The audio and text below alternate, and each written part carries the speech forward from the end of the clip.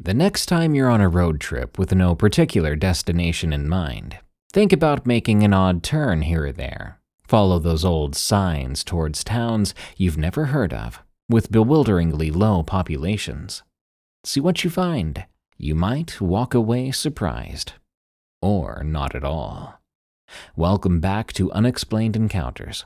I'm your host, Darkness Prevails. Follow me on x.com/darkprevails. I'm doing a signed book giveaway for those who do a rough sketch of their favorite monster, and tweet me with the hashtag FolkloreFreak. This episode's stories feature small town terrors. Enjoy, and be sure to send me your scary stories of the unexplained at darkstories.org. Before we begin, please take a moment to subscribe and like the video if you're on YouTube, or follow and rate the show if you're listening on Spotify or Apple Podcasts. Thank you. Now, let's begin. Black-Eyed Children, or Late Night Hallucinations. From NG Loves Spooky. Just to start off, I want to say I've never had hallucinations before, nor have I had any other encounters with the Black-Eyed Children. It was a few weeks ago.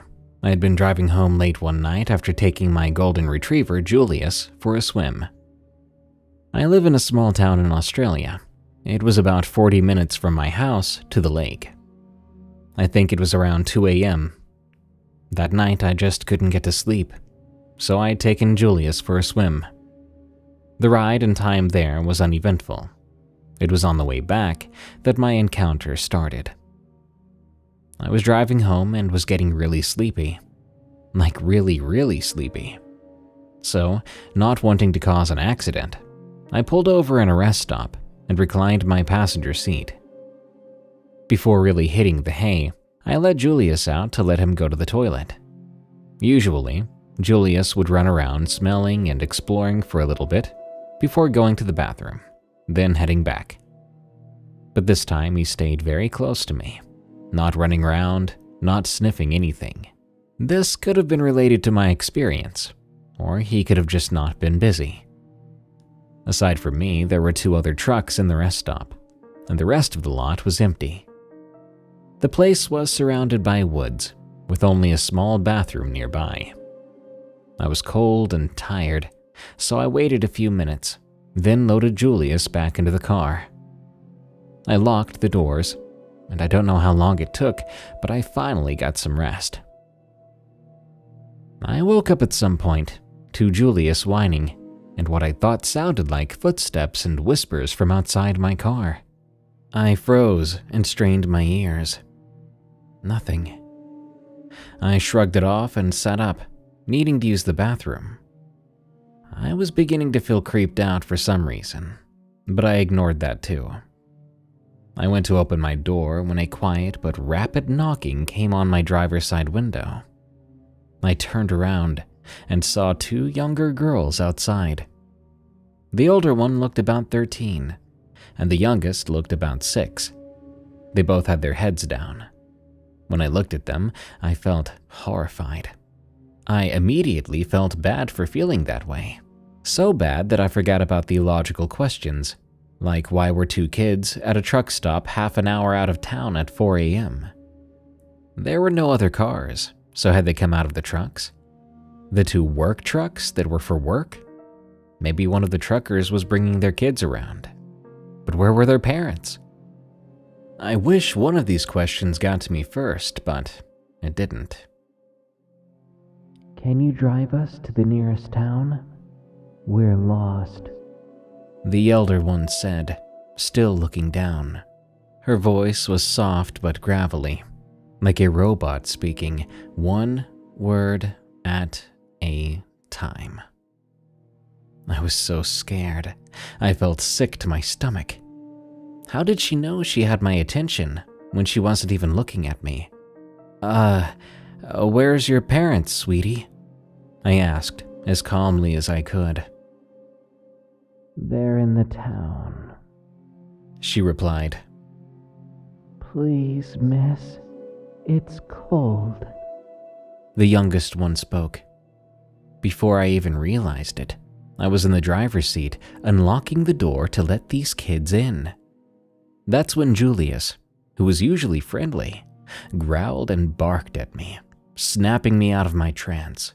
I locked the door again, and just at that moment, the oldest girl grabbed onto the door handle on the outside, trying to yank it open. She then looked me dead in the eyes. Her eyes were pitch black, as if her pupil had made up her entire eye. For a moment, I was shocked and flooded with fear. Then all I remembered next was flooring it down the highway. As I looked back in the rearview mirror, I saw both the girls looking straight into my eyes. They both had those chilling black eyes. I turned that half-hour ride into an 8-minute ride. I rode around town until sunrise, too scared to get out of my car or to pull over in the dark. Now and then my sensor light will come on, which seems to be happening more and more lately, but this could all be a coincidence.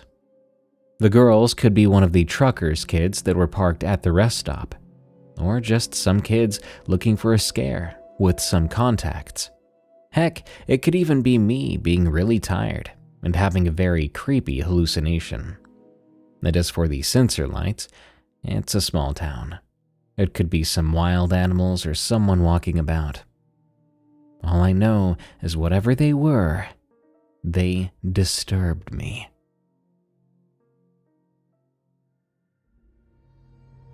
The Crawler of the Pine Forest, from Owl Watcher 23. I was talking to my old friend Gerard the other day. It brought back memories I hadn't thought about in years. With a trip planned back to my hometown in rural Maine next month, it's all been on my mind lately. So let me tell you this story that I've been thinking about. Gerard was my closest neighbor and my best friend back when I was 13.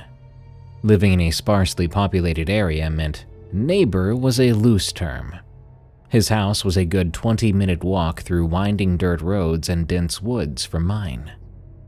We both lived on the outskirts of a small town, nestled between rolling hills and thick forests. It was the kind of place where everyone knew each other, and the general store closes early. One summer evening, Gerard and I decided to walk to the local convenience store to grab some snacks before it would close at 8 p.m. It was a warm night. The store wasn't too far, a manageable trek if we took the unpaved roads cutting through the woods. "Think we can make it before they close?" Gerard asked, checking his watch, looking concerned that he wouldn't get his Little Debbie snack cake tonight.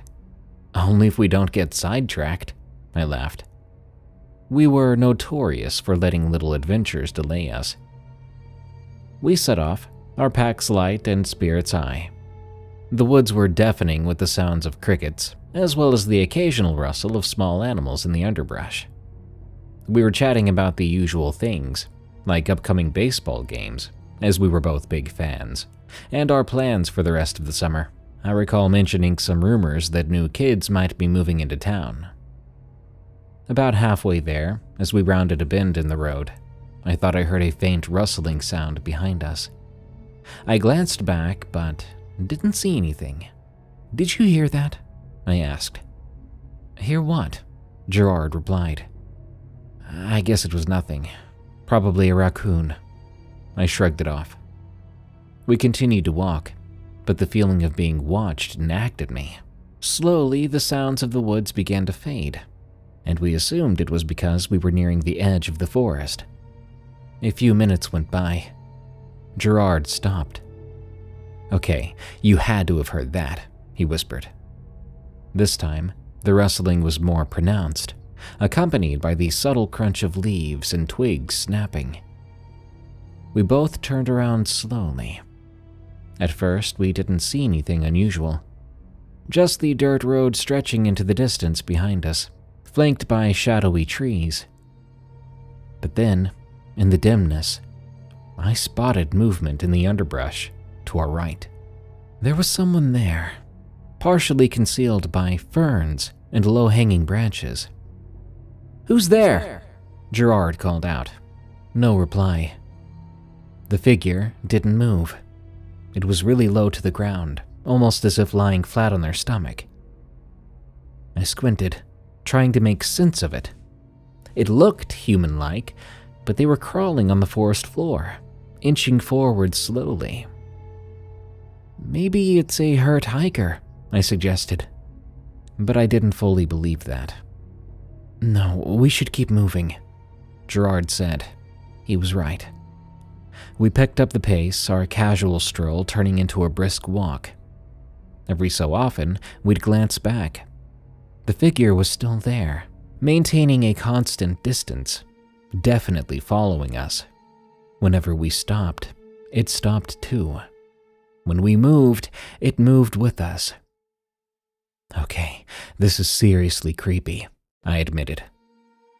Gotta be some kind of prank, Gerard offered, though he didn't sound sure.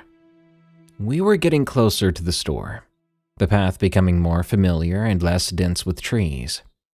Relief washed over me at the thought of reaching a place with other people around.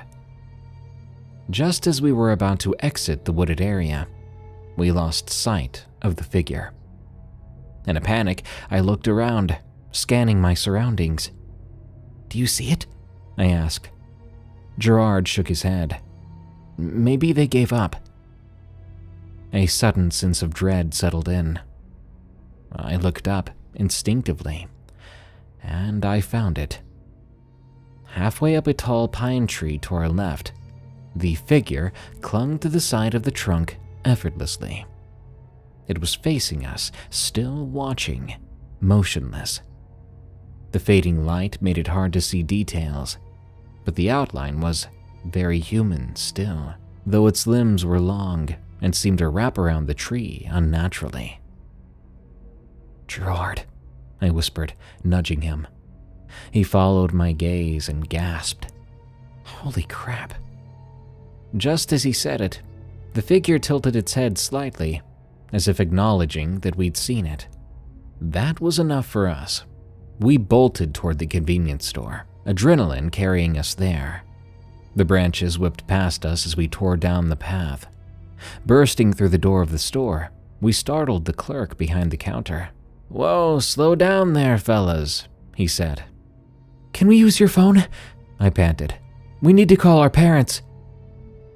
He must have seen the urgency in our faces, because he slid the phone across the counter without further questions. Gerard dialed his mom. All the while, I peered out the store's front window, wondering if I could find the figure again, still lurking at the edge of the parking lot. But I didn't see anything, just the dim woods and the evening sky. Our parents arrived shortly after, concerned and a bit confused by our frantic calls. We told them someone followed us through the woods, but we left out the more unsettling details. They chalked it up to overactive imaginations, perhaps a vagrant passing through. For a while, we avoided taking the wooded paths, opting for the longer route along the main roads whenever we needed to get into town.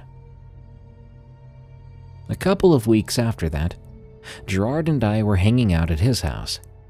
He'd recently started dating a girl named Amelia. She went to our school, but she lived on the opposite side of town. She came over that afternoon to watch movies and just hang out, a casual get-together. As evening approached, the conversation drifted to local legends and spooky stories, as it often does with teenagers looking for a thrill. Have you guys ever felt like you're being watched out here?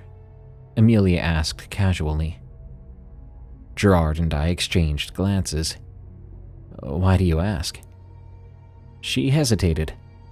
I wasn't going to mention it because it sounds crazy, but something happened to me a few nights ago. Tell us, Gerard urged. Amelia took a deep breath. Well, I was in my room drying my hair after a shower. My room's on the second floor, and there's this big window that looks out onto our backyard. There's a tree that's pretty close. My dad's been meaning to trim it back. She paused, twisting her fingers nervously. Go on, I encouraged. I kept seeing movement out of the corner of my eye. At first, I thought it was just branches swaying or maybe a bird. But after the third or fourth time, I decided to look directly. She looked at us, her eyes serious.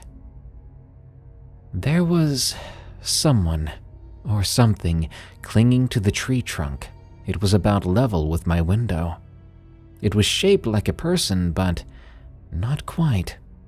Its limbs were very long, and it was holding onto the tree like it was nothing. A chill ran down my spine. "What did you do?" Gerard asked quietly. Well, at first I froze. Couldn't believe what I was looking at. Then it tilted its head at me, like it was acknowledging me. I snapped out of it and screamed for my dad. He came stomping up the stairs, but by the time he looked out my window, it was gone. "Did you tell him what you saw?" I asked. She nodded. "He checked the yard, but didn't find anything. He said it was probably just a shadow or my imagination, but I know what I saw." Gerard and I sat in silence for a while. Something similar happened to us," I finally said, recounting our encounter on the way to the convenience store.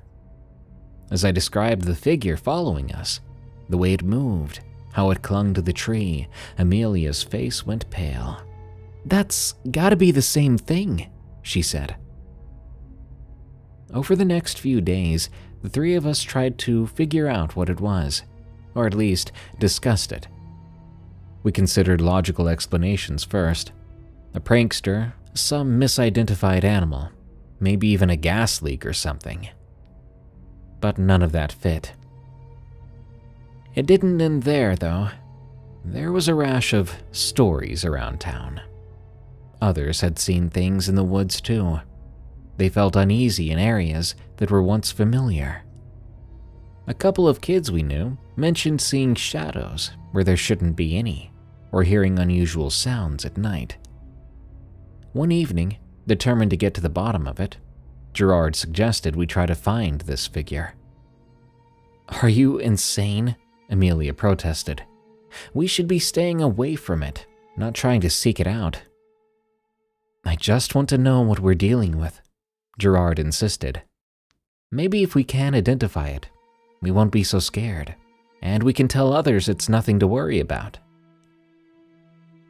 Reluctantly, I agreed to go with him, mostly because I didn't want him to be alone, but only on the condition that we'd be careful and turn back at the first sign of trouble. We planned to head out the next afternoon, thinking daylight would offer us some safety. Amelia refused to join us, but made us promise to keep our phones on and call her if anything happened. We set off toward the area where Gerard and I had first encountered the figure. The woods felt different there, scarier, haunted. As we walked, we kept our eyes peeled for any signs and any movement. We were out there for hours, without incident. I was starting to think it was a wild goose chase, and that made me relieved, because I didn't want to encounter it again like Gerard did. But then I saw Gerard stop abruptly and freeze. "Do you smell that?" he asked. I took a whiff. There was a faint, foul odor, like decaying plants and something metallic. We followed the scent to a clearing. In the center stood the remains of what looked like a campsite. Charred wood, scattered ashes, and bones. Small bones, possibly from animals. "Maybe hunters," I suggested, though I honestly had no idea. Gerard knelt down, examining the ground. "These look fresh." A sudden rustling came from the trees behind us. We spun around, hearts pounding. I nearly screamed when I saw it. There, partially hidden among the foliage, was the figure. It was standing upright this time, not even attempting to hide or conceal itself. It was tall and slender, limbs elongated, joints slightly distorted. The face was obscured in shadows, but I could tell it was staring at us. "Time to go," I whispered. We backed up, slowly, before turning all at once and running. The underbrush snagged at our clothes, but we weren't about to let that stop us. We burst out of the woods soon, onto a familiar road, completely out of breath. While we were running, I remember hearing the sound of branches snapping, and to this day I think it chased us. Whatever we did, we managed to tee it off. But out of the woods now, I think we were fine. "That's it," Gerard said between gasps. "No more. We need to tell someone, an adult." We agreed to speak to the local authorities, but when we did, our story was met with polite skepticism. They suggested we were misinterpreting natural occurrences and might be the victim of someone's idea of a joke. Feeling helpless, we decided to let it go and focus on staying safe. As the years passed, the incidents seemed to fade. We went off to college and life moved on. But every so often, I would hear about someone back home having a strange encounter in the woods. A traveler passing through would mention feeling watched. A local would tell a tale after a few drinks at the bar. Now, with my trip back home approaching, all those memories are coming back to the surface. I can't help but wonder if that figure is still out there, lurking among the trees. Gerard mentioned he's noticed odd things again. Small signs that something isn't right. We joked about it nervously, but there's an undercurrent of genuine concern. I want to be able to dismiss it all, that some sort of sloth or bear was getting into our heads, that we never got a good look at it and made up a monster in our minds. But still, deep down, I think it was something more. Should we go looking for it again?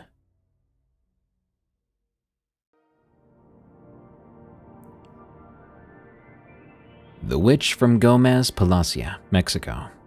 From Drodlo Era, 92. This is my first time telling one of my many stories that I've heard from my mother. It's an encounter many wouldn't believe actually happened, but I feel it's time to share her story with you all. This happened many years ago, when my mother was a child, in Torreon, Coahuila, Mexico. A city known for its Lala milk.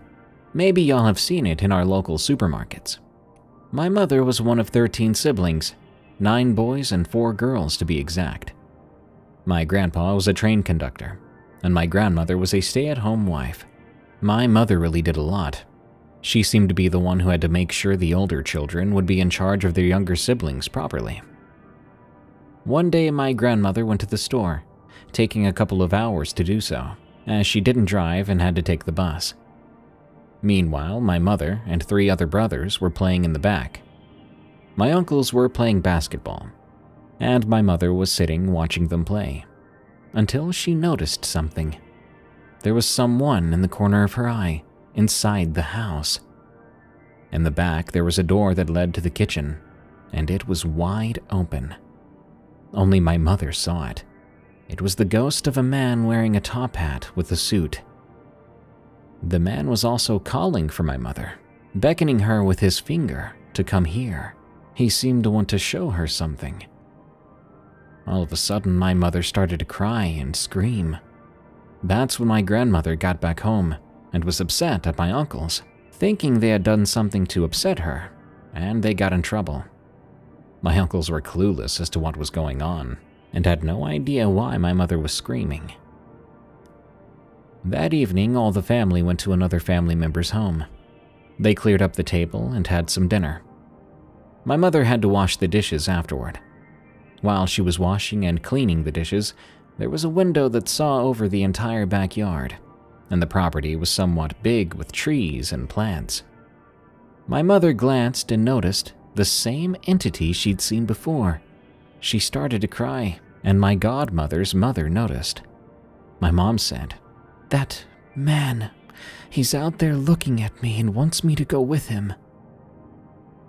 They then went outside with lanterns, searching the backyard, but finding no one. Then comes the last ghost contact that my mother had. This time, another family member saw it. They had a priest come to the home to do a cleansing. The pastor read some Bible verses and put some holy water on my mother and around the home. This didn't go too well, because the thing came again, and this time it wasn't shy. My godmother's mother came face to face with this male figure and went to where the ghost was pointing at.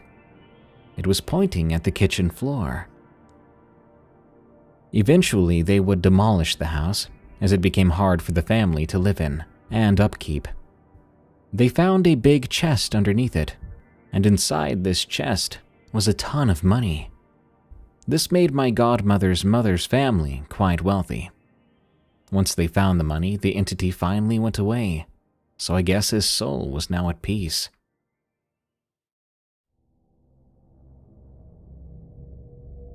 The Townhouse Mimics, from Bell's 1992. My story happened back in 2007. I was 15 years old back then.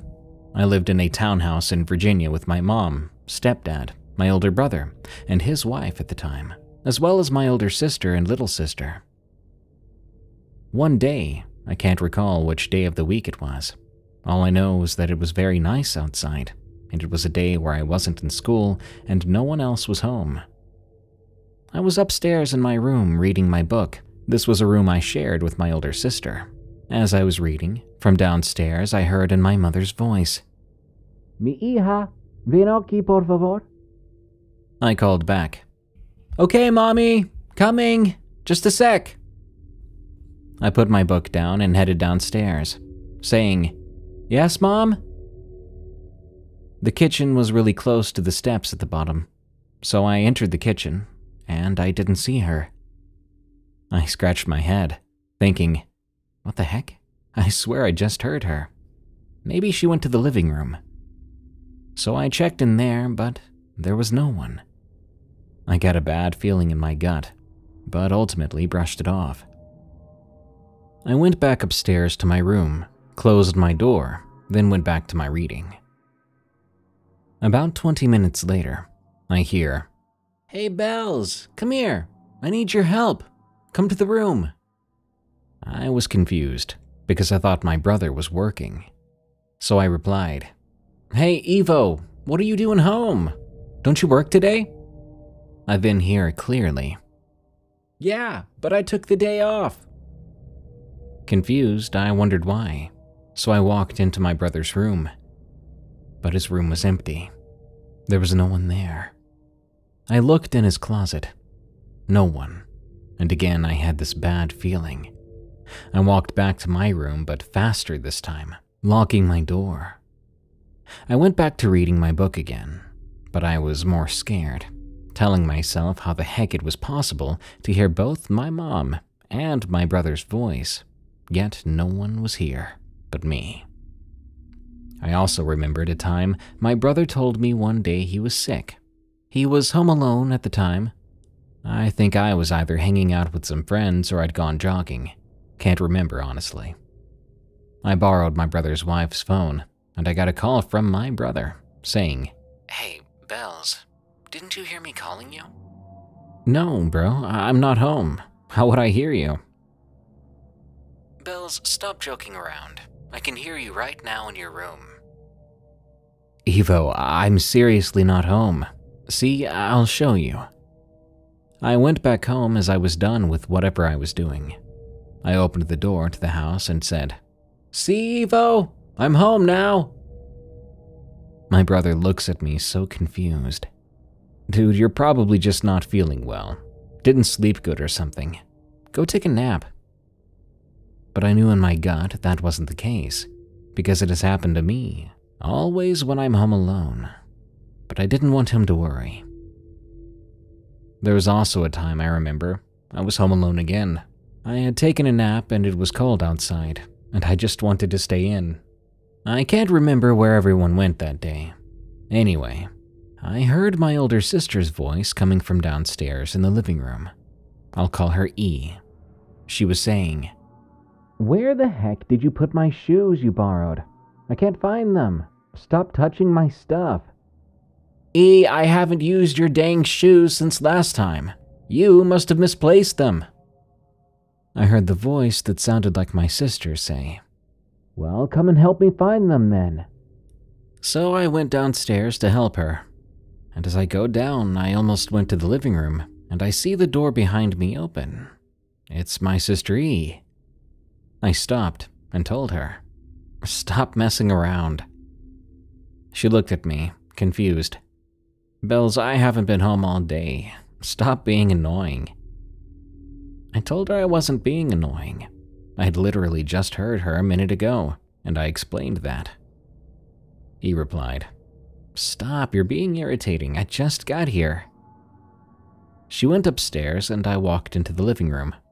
I saw a figure in the shape of my sister and ran right back upstairs to my brother's room, staying there until my older sister went to look for me, asking me why I didn't go to our room. I told her because she seemed annoyed at me. She then asked why I was crying. But I kept the actual encounter to myself. I didn't want to be seen like I was weird or crazy, but honestly, to this day I still remember it, and it scares me.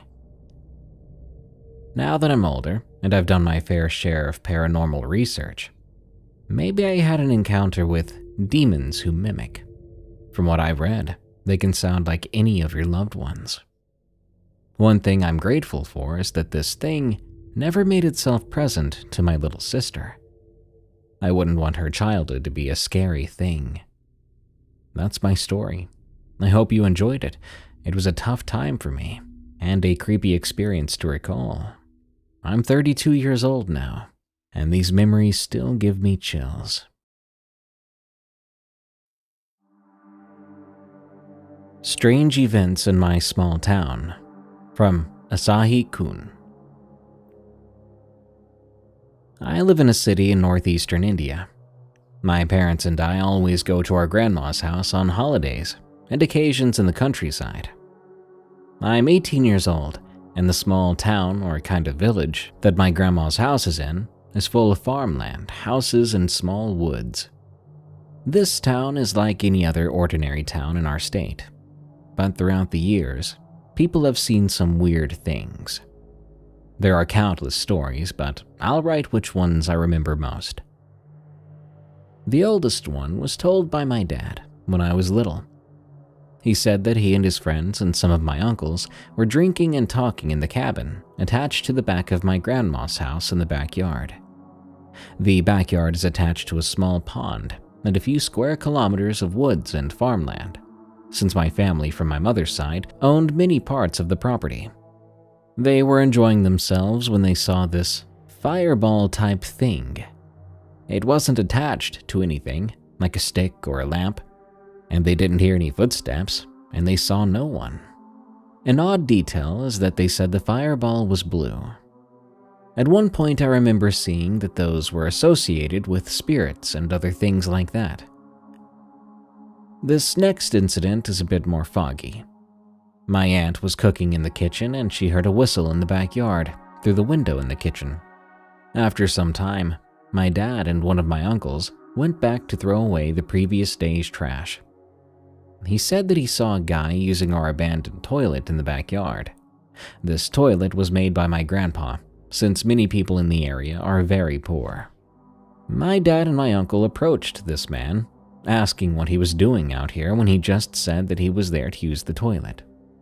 However, my uncle was sensing some danger, as if the guy might be a robber and was scoping out the place.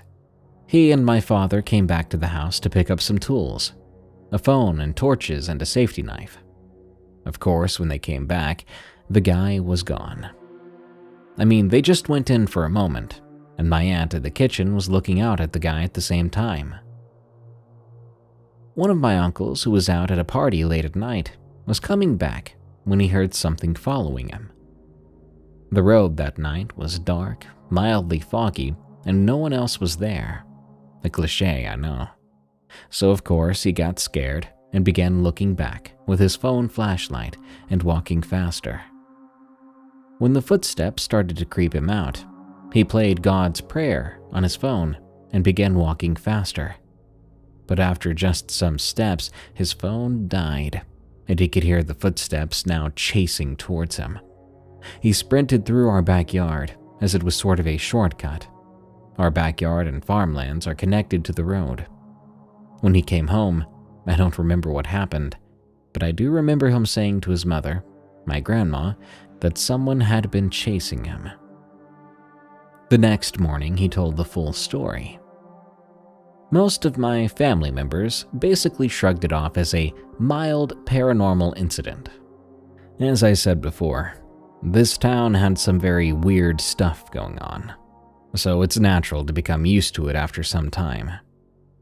In 2019 or so, God worshippers and town community held an event where they sang God's prayers to ward off evil spirits in the town, since at that time a lot of suicides were going on, and many people believed that spirits were the cause. So, what was really going on in the town, I guess we'll never truly know.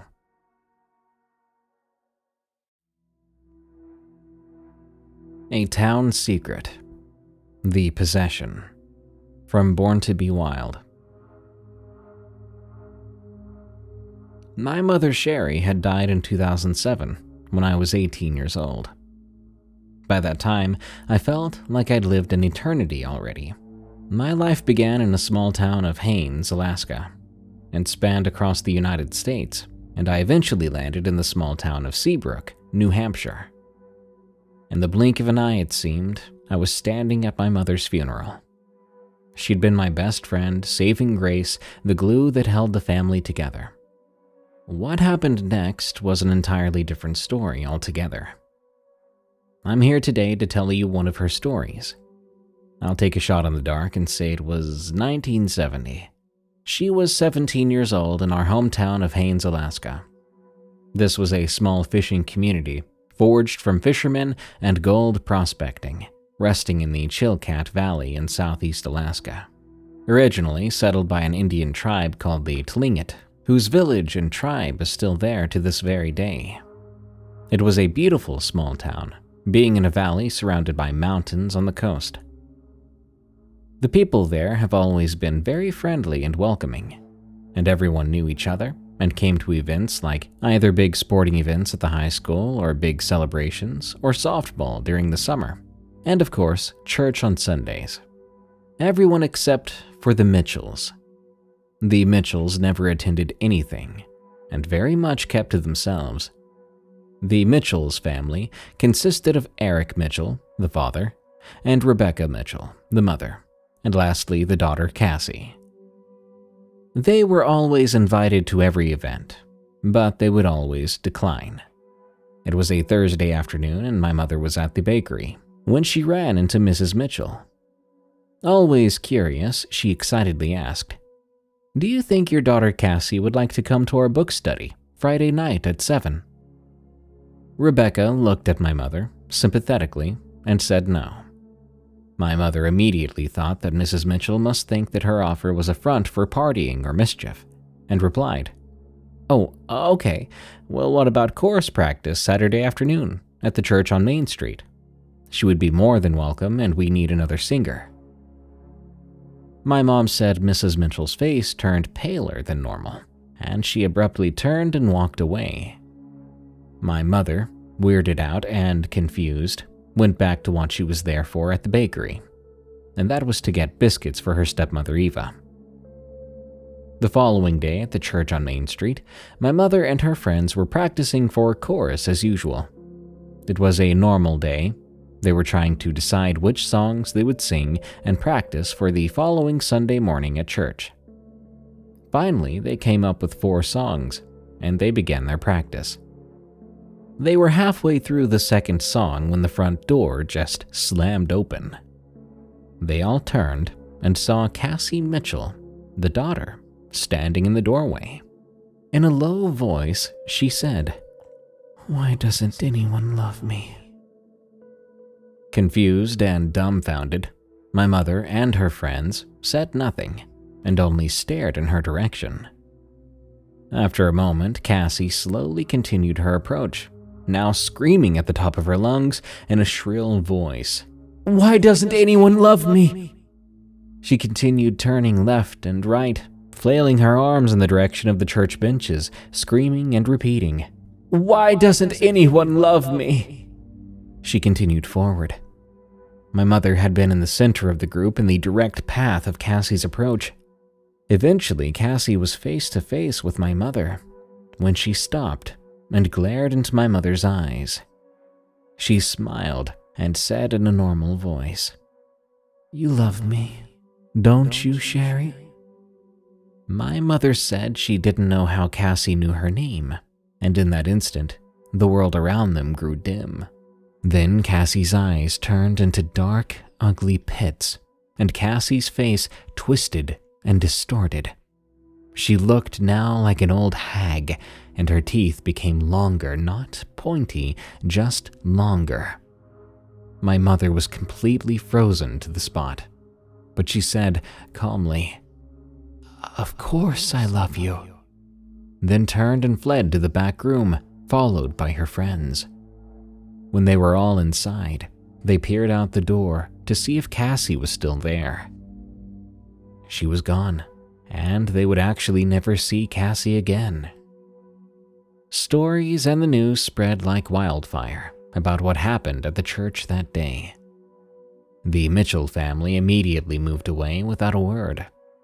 Some natives in the town believed that a Kushtaka had murdered the daughter Cassie and took her place. Kushtaka, or Kushtahaka, translates to Land Otter Man.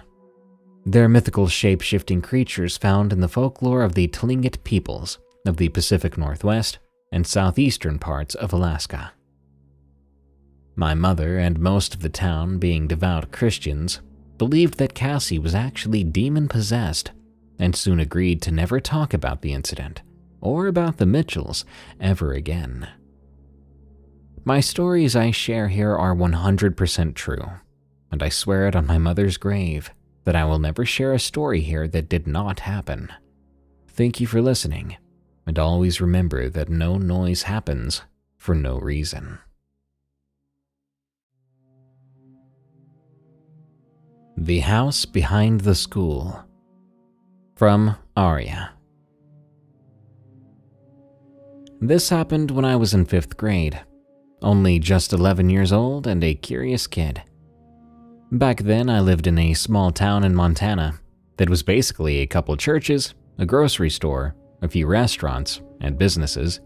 I lived with my mother, grandmother, and middle sister in my great-grandmother's house. She had passed away a year before we moved in. My younger sister and my dad lived in a different town. I had 2 friends back then, I and B. We don't talk anymore, but that's not the point.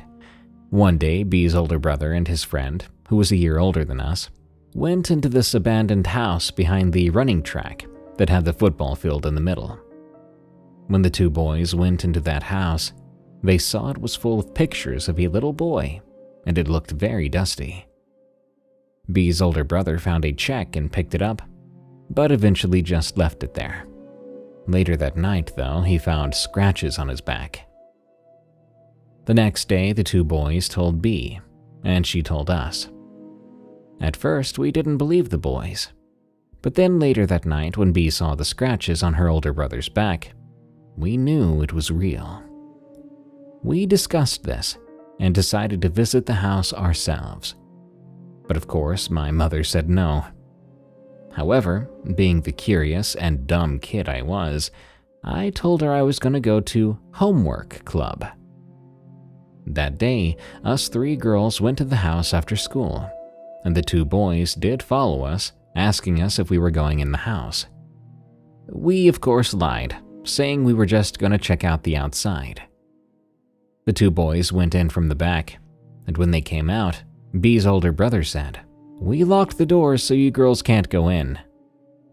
We didn't know if they were lying too, but we never did figure it out. When the 2 boys were gone, I spoke. "Why don't we look around the outside first?" And the other 2 girls agreed. We walked right under a window on the side that was closest to us, that had wood and a carriage wheel leaning against the wall. But then we heard big footsteps on the top floor of the house, and we ran until we were on the school property again. Even so, the house was not out of sight.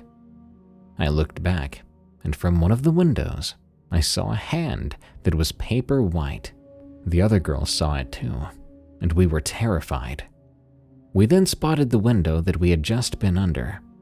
There was a shape of a head through it. A head that was far too big to be human, and the neck was too wide and too tall.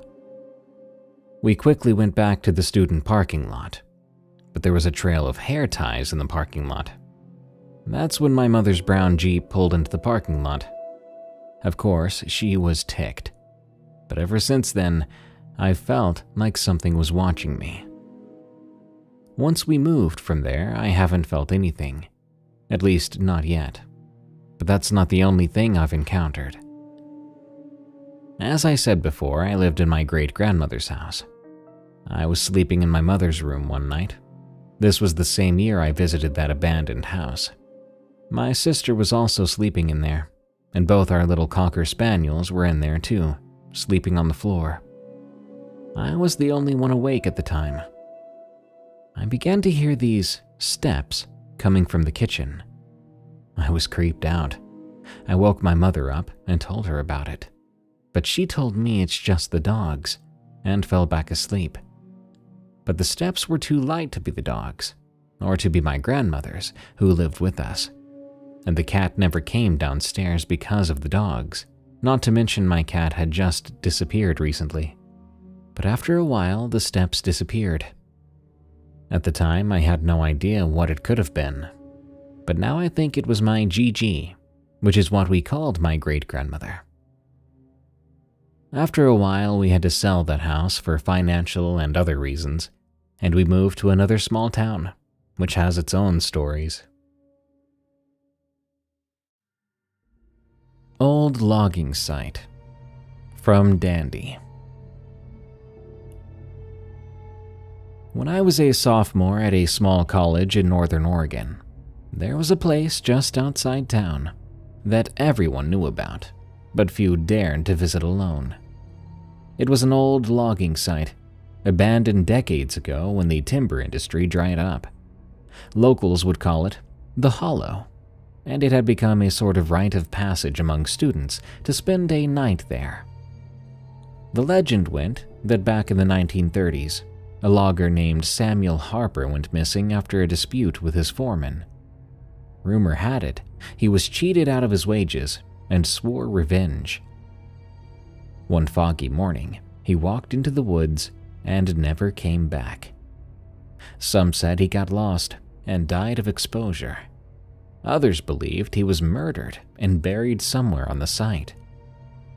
Over the years, people claimed to see his ghost wandering among the stumps and rusted machinery, still seeking justice. My friends and I were skeptical, but intrigued. There was me, Jenna, a psychology major, my roommate Alex, an art student with a penchant for the macabre, and Ben, a geology major who loved exploring old sites for rocks and minerals. One Friday night, after a few drinks at the campus bar, we decided it was time to check out the Hollow for ourselves. "Come on, it'll be fun," Alex insisted. "We can take some cool photos, maybe even find some artifacts."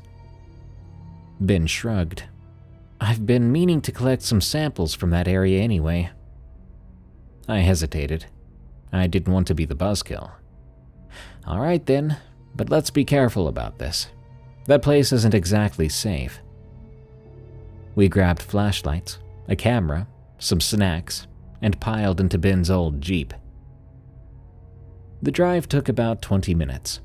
Before long, the paved roads gave way to gravel and then dirt. The trees got denser, and the branches got thicker, to the point that the canopy blocked out the moonlight. By the time we arrived, the air was thick with the scent of pine and damp earth. We parked near a rusted gate that barely hung on its hinges still. A faded, "No trespassing" sign dangled precariously. Ignoring it, of course, we slipped through a gap in the fence. The site was a sprawling expanse of overgrown vegetation, decaying buildings, and remnants of logging equipment. Massive stumps dotted the landscape. It was kind of creepy, because it reminded me of the headstones of a graveyard. The silence was only broken by the distant hoot of an owl. "Spooky," Jenna whispered. Alex began to snap photos, her camera flashing like sudden lightning strikes. She took pictures of twisted metal, shattered windows, graffiti left by previous visitors. Ben wandered off toward a dilapidated shed. "I'm gonna check this out," he called over his shoulder. "We should stick together," I suggested, but he was already out of earshot. We followed a narrow path that led deeper into the site. The ground there was uneven, littered with roots and hidden holes. I nearly tripped over a discarded saw blade half buried in the dirt. "Guys, look at this," Alex said, pointing her flashlight at a tree. Carved into the bark was this crude figure, an eye with a jagged line through it. "Just kids messing around," Jenna said. She sounded more hopeful than certain. As we moved further in, a thick fog began to settle in, creeping between the trees and obscuring our view. The temperature seemed to drop too, until we could see our breaths in the cold air. "Maybe we should head back," I said. "Just a little further," Alex urged. "I want to get some shots of the main mill." I didn't like the sound of that, but we pressed on anyway, until the looming silhouette of the old mill emerged from the mist. It was a truly impressive and massive thing. Roof caved in, walls covered in moss. The air felt heavy here, and I felt nothing but unease. Ben appeared, holding a small rusted box. "Look what I found," he said, prying it open to reveal a collection of old coins and a faded photograph of a stern-looking man. "You think that's," Jenna began. "Samuel Harper?" Ben speculated. A sudden snap of a twig made us all jump. We spun around, shining flashlights in all directions. The fog cut the light off early, doing nothing more than creating eerie shapes. "It was nothing, guys," Alex said, though she didn't sound convinced. But then we heard something else, a moan that seemed to come from the very ground below us. "All right, that's enough, guys. We need to leave, and now," I said firmly. We started back the way we came, but the fog was only getting thicker, and the path was no longer clear. The trees all looked the same, too, and I was starting to panic. I wasn't the only one. "Which way's the gate?" Jenna asked. "I thought it was this way," Ben said, pointing to what looked like a trail. We followed, but after several minutes, we seemed to be going deeper into the woods, not the way we came. We heard the moaning sound again. It sounded close. "All right, who's out there?" Alex called out. Silence. Then, faintly, we heard footsteps, or rather, the dragging of feet through leaves. "Run!" I shouted. We took off darting between trees and over obstacles. My heart was trying to rip itself from my chest. I could hear the others behind me. They were panting. Suddenly, Jenna screamed, and I skidded to a halt, turning back to see her on the ground, clutching her ankle. "I twisted it!" she cried. Ben and I rushed to help her up. Alex was frantically scanning the surroundings with her flashlight. "Something's out there," she whispered. I looked around too. The fog continued to swirl, and then a shadowy figure emerged about 20 feet away. It looked like a man, dressed in tattered clothes, face obscured by shadow. His posture wasn't right, and his limbs were a bit too long, head tilted at an odd angle. "What do you want?" Ben called out, immediately hostile. No response. The figure took a slow, deliberate step towards us. "Carry her," I told Ben. "We have to go." We half carried, half dragged Jenna as we stumbled through the forest. The figure followed us, never quickening its pace, but somehow always getting closer. The moaning grew louder, sounding anguished, never really sure what it was coming from. "There's the fence!" Alex shouted. Sure enough, the rusted gate appeared ahead. Summoning the last reserves of our strength, we pushed towards it. We slipped through the gap. I could feel the metal tear at my clothes. Once we were on the other side, the moaning finally stopped. The fog seemed to linger at the tree line, not following us out, like it was being held back by some invisible barrier. We didn't stop until we reached the Jeep. Ben laid Jenna gently in the back seat, while Alex and I jumped in. "Go, go, go," Alex urged. Ben started the engine and we sped away, the tires kicking up gravel. About a minute later, as we drove, we felt confident we were safe and began to talk, wondering what it could have been. At the campus health center, Jenna was treated for a sprained ankle. We told the nurse we'd been hiking and lost track of time, avoiding any mention of what really happened, which included some light trespassing. Back at the dorm, we sat there quietly for a while, and then began to process the night's events. "That wasn't a ghost," Ben finally said. "It was something else." "Man, whatever it was, it wanted us gone," I replied. Alex pulled out her camera. "Great. It's junk now." We gathered around the camera to take a look. It was on, but the screen was all distorted and pixelated. She reset the thing several times, but the screen remained the same, as if the circuit board had been shocked or got wet. After that, we agreed to never return to the Hollow, and from then on, we decided to put a little weight in the old legend of Samuel Harper. Sure, what we encountered that night may not have been him. Maybe some old, creepy, hard-of-hearing security guard or groundskeeper stumbled upon us and was just trying to get us to leave, but that doesn't explain the moaning and the netherworld-style fog. Maybe I could find out if I went back to the Hollow and checked things out again during the day. But daylight or not, I don't want to go back there. I'm not the guy in the movies who sees something terrifying and goes right back a day later. No thanks. I'm gonna stay home, drink too much coffee, and read or watch stories with people that make stupid decisions.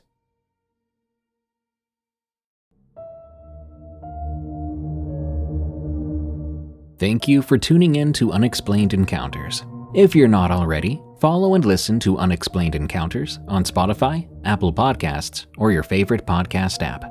Leave us a rating while you're at it. Get some cool creepy merch at eeriecast.store. Check out my other show where I narrate scary work stories. It's called Tales from the Break Room. For more terrifyingly entertaining shows from EerieCast, go to eeriecast.com. And if you want to listen to Unexplained Encounters and all the other EerieCast shows without pesky ads, sign up for EerieCast Plus at eeriecast.com/plus. You'll also get exclusive access to horror audiobooks only available to EerieCast Plus members. And you'll get 20% off our EerieCast.store merch through our members-only monthly discount code. Finally, if you have a scary story of the unexplained, send it to me at darkstories.org. I think that's about it. Thank you so much for joining us. Stay safe out there and stay creepy, because this world is a strange one.